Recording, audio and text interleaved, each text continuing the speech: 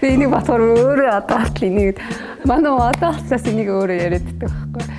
Яасан гэж бид бас анх болцоол тэр чин 100 болцсон байсан юм а. Тэгээд анх болцоогүй ер нь ингээд аюух болцтой байсан. Аюух алхах дуртай хоёулаа.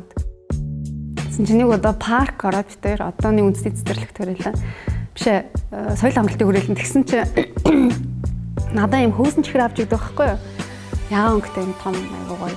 Тэгэл би ганцаараа идэ дуусгацсан. Тэгээ би хамгийн гол нь хуваах хэрэгтэй байсан гэж ерөөсөө батаагүй. Тэгээ ганцаараа идэ дуусгацсан чинь манай хөө дууссан. Тэгэл би тэрнээс хойшстай за юу ч авсан юу ч яасан дандаа ингээл хоёрыг эсвэл ингээл нэг байсан чинь ингээ хуваадаг алим идсэн чинь ингээ хуваадаг болцсон. Тэгээ одоо чи хөөсөн чихрийг ганцаараа иддэг гэл нөө шоотод идэв. Тэр аяга хөвгөлтэй тийм ба.